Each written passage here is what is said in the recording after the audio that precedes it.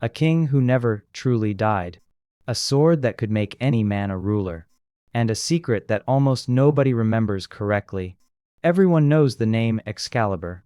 Almost nobody knows the real story behind it, and the real story is stranger and darker than the movies ever show you. Here's the twist most people don't expect. Excalibur was never forged by a blacksmith. No furnace, no hammer, no master smith risking his life over a flame. This sword was never made of iron at all. It was made of story, passed down for centuries, rewritten, reshaped, and disputed by every generation that told it. So if nobody forged it, where did it actually come from? And why does a sword that never physically existed still feel more powerful than almost any real weapon in history? To find the answer, we have to go back further than King Arthur himself, into a world of Celtic myth, where heroes weren't just born great. They were chosen, gifted, marked by something beyond human hands. In old Welsh legend, long before anyone said the word Excalibur, there was a weapon called Caledfwlch. The name meant something close to battle breach, a blade that could break through anything standing in its way. This isn't a random detail. In Celtic storytelling, magical weapons handed down by gods or spirits were how a culture explained greatness. Think of Zeus and his thunderbolt. Think of Thor and his hammer. Every great civilization seemed to need a weapon too powerful to have been made by ordinary hands. Wales had Caledfwlch. But a name in old folklore isn't a myth yet. It needed someone bold enough to write it into permanence.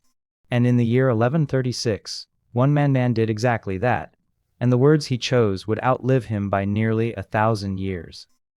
His name, Geoffrey of Monmouth. And what he wrote next would end up shaping an entire nation's idea of its own history. In a book called Historia Regum Britanniae, The History of the Kings of Britain, the sword finally got a new name, Caliburnus, soon to become Excalibur. But Geoffrey didn't stop at renaming it. He gave it an origin nobody had dared claim before. This sword came from Avalon, a mystical island beyond the edge of the known world, and no armor on Earth could stop it. At this point, you'd think the legend was complete. It wasn't. In fact, this is where things get confusing, even for people who think they already know the story. Because there are actually two completely different origin tales fighting for the same sword. And for centuries, the people who passed down this tradition couldn't agree on which one was true. The first is the one almost everyone knows, the sword in the stone. A blade trapped inside solid rock, impossible to remove, until one boy walked up and pulled it free without effort. That boy, Arthur. And the moment the sword came loose, it proved something no army, no bloodline, no crown could prove alone. He was rightful king. Here's the part almost nobody realizes. In many of the earliest versions of this legend, the sword in the stone was not Excalibur. It was a completely different blade. So if Excalibur wasn't the sword in the stone, where did it actually come from? This is where the second legend enters, and it's stranger and far more haunting than a sword stuck in rock. At some point, Arthur's first sword breaks in the middle of battle. He's exposed, vulnerable, and then, rising out of the still water of a lake, a hand appears. Not attached to a body. Just an arm, breaking the surface, holding a gleaming blade above the water. This is the Lady of the Lake, a being nobody fully explains. Not quite human. Not quite a goddess. And she offers Arthur the sword that would define him.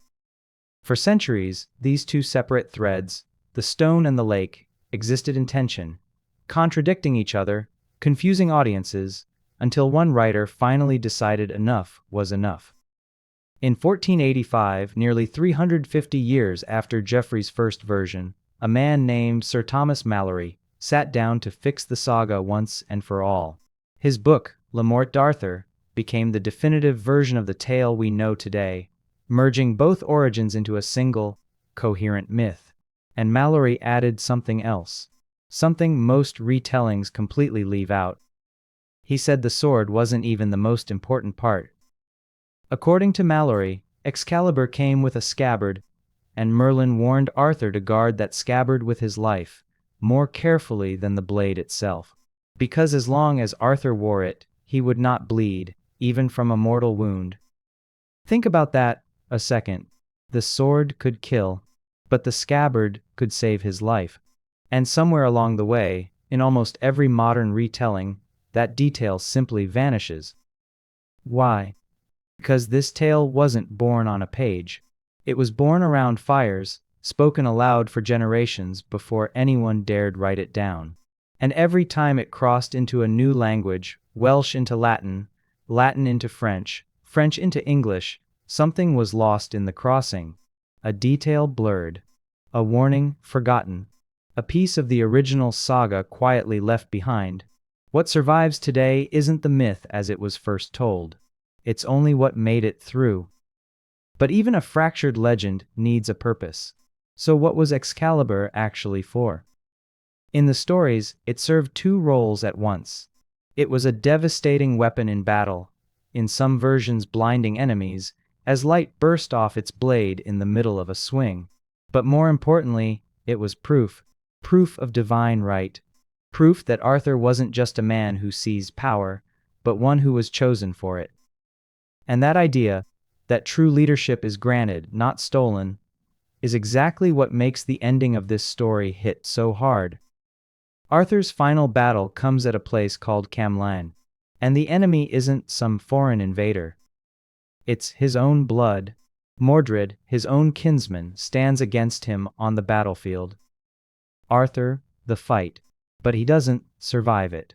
Mortally wounded, dying, he turns to his last loyal knight, Sir Bedivere, and gives him one final order. Throw Excalibur back into the lake. Bedivere walks to the water's edge, and he stops. How could he throw away the most legendary weapon in the world? He hides the sword instead, walks back, and lies, telling Arthur it's done. But Arthur, even as he's dying, isn't fooled. He asks what Bedivere saw when the sword hit the water. Bedivere stammers out a description of ripples on the surface. None more. Arthur, instantly. Lying. So Arthur sends him back a second time, and Bedivere hesitates again. Again, he can't bring himself to destroy something so beautiful. Again, he lies. And again, Arthur sees straight through him. This time, dying, Arthur makes it absolutely clear. There is no more time left for hesitation. So Bedivere walks to the water's edge one final time, and this time he actually throws it.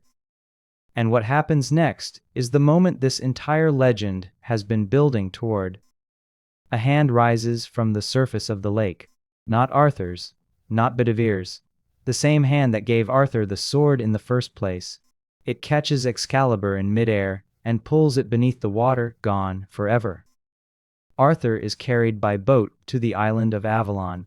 And here, the legend refuses to give a clean ending. Some versions say he dies there.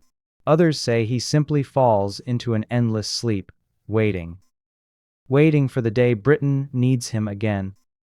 That's why Arthur isn't remembered as a king who died. He's remembered by a single title that has outlived every empire that came after him. The once and future king. The sword was never real. But somehow, 1,000 years later, people still know its name. Because Excalibur was never really about the blade at all. It was about a tale told so many times, across so many centuries, that it stopped being fiction and hardened into legend.